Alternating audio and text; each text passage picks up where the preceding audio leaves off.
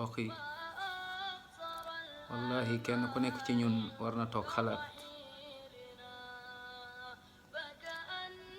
ñaata nga xamoon ci ay nit,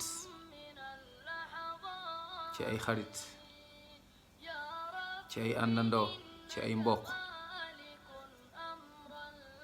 ñoo xam ne doon ngeen toog di lekkandoo, di tukkendoo, di foo di ree. tey anañu ñu ngi ci suuf ak seeni jëf. lan lañ fa yóbbaale? seen jëf. ana kër yu bari, ana alal yi, ana mbokk yi, ana xarit yi, ana doom yi, subhanallah, ana àdduna. bàyyi nañ lépp ci ginnaaw. àdduna bi dafa gàtt. yal na yàlla yërëm ñu, xiir ñu ci alquran ak sunna yonent Muhammad alayhi salaatu wassalaam. ñaata ci ay xarit